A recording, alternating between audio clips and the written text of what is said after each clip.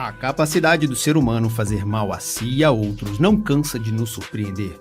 Mas o que leva milhões de pessoas a seguirem ordens arbitrárias e imorais? Este é o Visão Libertária, sua fonte de informações descentralizadas e distribuídas. Em qualquer história com heróis e vilões, quando este último comete todo tipo de crueldades com a ajuda de seus fiéis serviçais, me pergunto, por que o capanga faz todas as vontades de seu chefe?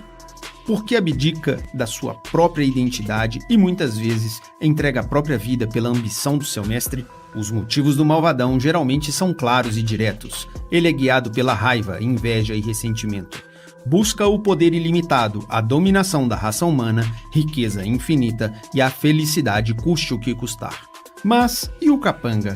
Qual a sua motivação? O que leva a tomar atitudes às vezes mais cruéis do que aquelas que o seu chefe seria capaz? Algumas histórias os mostram como seres ignorantes, serviçais acéfalos ou cidadãos incautos e ludibriados, que fazem tudo por seu senhor. Outras os caracterizam como seres ambiciosos, ávidos pelas migalhas das vitórias do seu líder supremo. Há também os que são motivados pelo medo, devido à sua família estar presa em algum calabouço escuro e frio. A dúvida aumenta à medida que crescemos e descobrimos que os vilões existem de verdade. E pior, milhares, se não milhões de pessoas se sujeitam à vontade e cometem atrocidades em nome de Deus, do grande líder, do bem maior ou de qualquer outra bandeira falsa que julguem defender. E sua crueldade supera em muito aquela descrita nas obras de ficção, como os atos terroristas perpetrados pelo Hamas no último 7 de outubro. Certo, os vilões são persuasivos e carismáticos, fazendo com que os capangas sintam a necessidade de seguir suas ordens para manter seus empregos, segurança e honra. Mas isso explica a motivação de quem julgou tantos judeus à morte durante o Holocausto? Explica por que os operadores dos tanques chineses não pararam seus blindados na Praça da Paz Celestial? É motivo para soldados pegarem armas, lutando por políticos corruptos em guerra sem sentido? É chocante perceber o que o homem pode fazer por seu líder e é difícil imaginar o que se passa na cabeça desses atores. Muitos deles se esquivam dizendo estar apenas cumprindo ordens, ou que este era seu dever patriótico, dizendo a nação corria perigo, ou é a vontade de Deus. Qual a régua moral que leva pessoas a torturar e matar de modo a agradar seu comandante? Em 1961, Stanley Milgram conduziu uma experiência buscando compreender como pessoas aparentemente saudáveis puderam cometer crimes tão bárbaros durante o auge do regime nazista. O experimento, retratado no filme O Experimento de Milgram, de 2015, consistia em impedir as pessoas que dessem choques cada vez mais fortes em outros participantes, caso estes errassem as perguntas, com voltagens que iniciavam em 15 volts e chegava a incríveis 450 volts. As partes ficavam em salas separadas, sem visão um do outro. Entretanto, o participante com um papel de carrasco podia ouvir os gritos de sua vítima, que na verdade era um ator pago para dar gritos convincentes de dor e agonia. Como resultado, apesar de muitos se recusarem a seguir com o experimento, 65% seguiram as regras e continuaram infligindo sofrimento aos outros voluntários. A conclusão do experimento foi que a maioria das pessoas tendem a obedecer ordens, mesmo que isso vá contra o seu próprio bom senso. Muitos se diziam satisfeitos em poder auxiliar a ciência. Parece algo que já ouvimos anos atrás, não é?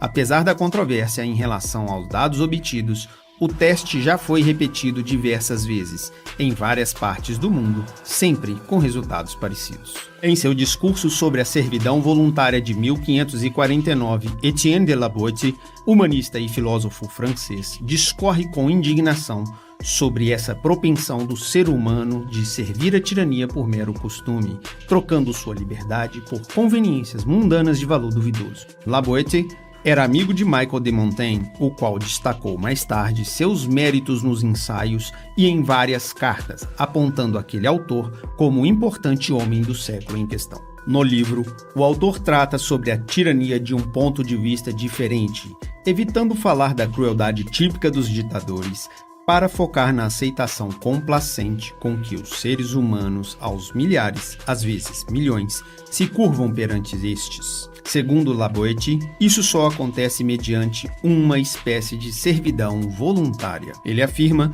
serem os próprios homens que se fazem dominar, pois, caso quisessem sua liberdade de volta, precisariam apenas se rebelar para consegui-la.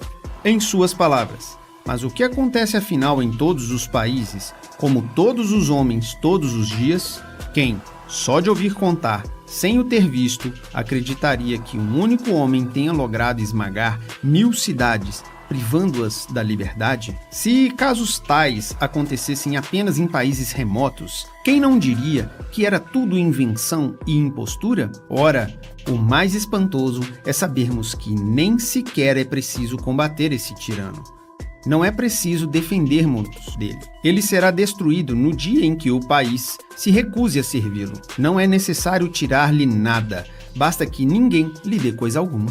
Não é preciso que o país faça coisa alguma em favor de si próprio, basta que não se faça nada contra si. São, pois, os povos que se deixam oprimir, que tudo fazem para serem esmagados, pois deixariam de ser no dia em que deixassem de servir. É o povo que se escraviza, que se decapita, que, podendo escolher entre ser livre e ser escravo, se decide pela falta de liberdade e prefere o jugo. É ele que aceita o seu mal, que o procura por todos os meios. Um dos motivos elencados por ele para esta servidão voluntária é o hábito. Usando o cavalo como exemplo, ele diz que o animal, livre por natureza, ao ser domesticado, no começo morde os freios e rejeita a sela, mas acaba por aceitá-los, brincando com eles e os usa como adornos. É como se, com o passar das gerações, o ser humano vá se esquecendo dos seus valores primordiais e aceite o poder tirânico de bom grado, por não conhecer ou temer de trilhar outros caminhos. Para evitar perseguições, Laboeti foi cuidadoso, usando apenas exemplos de tiranos do passado como notórios imperadores romanos. É assustador perceber as semelhanças daqueles tempos com hoje. É quase como se a sociedade não evoluísse nada em séculos de história. No entanto, há uma diferença crucial. Naquela época, os imperadores eram o próprio Estado, por assim dizer. Não eram meros representantes. Os tiranos tinham um poder absoluto e cruel, no qual a violência física e a escravidão eram a norma. Hoje, a violência estatal, apesar de presente, se disfarça de bem comum, império das leis, respeito às instituições e tantos outros dogmas repetidos com fé fervorosa por seus amantes. Ainda há figuras centralizadoras que buscam a todo custo voltar àqueles tempos de poder absoluto, se julgando arautos da justiça ou do bem-estar social. Mas, no fim das contas, tais atores são também servidores voluntários da tirania estatal, que atualmente não se apoia em mais uma pessoa falível, efêmera e mortal. O Estado atual se baseia justamente em instituições criadas com o intuito de dividir e propagar o poder dado a elas. Mas essas acabaram se tornando leviatãs imortais que se alimentam do serviço não só de seus súditos, mas daqueles que se julgam seus mestres. Sim, mesmo o presidente da República ou o excelentíssimo ministro da Suprema Corte, aquele com nome e atitude de imperador, são todos reféns do Estado. Afinal, para chegar aos mais altos níveis do poder, o ser humano é obrigado a fazer todo tipo de concessão, abdicar de sua personalidade e bom senso, fazer acordos com inimigos, perdoar traições e destruir a própria reputação. Enfim, literalmente, vender a alma ao Leviatã. Esse monstro nervoso que se alimenta da vida das pessoas é insaciável. Ele nunca deixa de cobrar a sua cota, principalmente daqueles que usam seu poder. Exatamente como os Anéis do Poder faziam com seus portadores no livro Senhor dos Anéis de Tolkien. Felizmente, assim como pregou Laboeti em seu livro, a maior força deste monstro é também a sua fraqueza. Os seres humanos, que agem em seu nome voluntariamente, servem ao Estado como seus capangas, oprimindo e sendo oprimidos. A partir do momento que percebem que sua posição, cargo e ideologia, na verdade são os grilhões que os prendem, podem renunciar a tudo isso.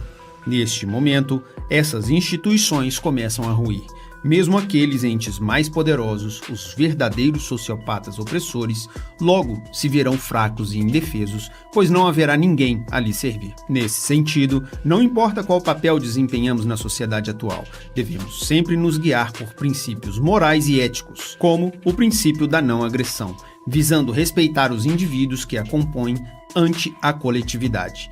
Assim, temos a obrigação de vigiar os outros e a nós, no sentido de renunciar a quaisquer benesses, direitos ou poderes que nos levem a abandonar nossos valores e oprimir, mesmo que indiretamente, quem quer que seja. Muitas vezes, a renúncia é a única escolha verdadeiramente libertadora.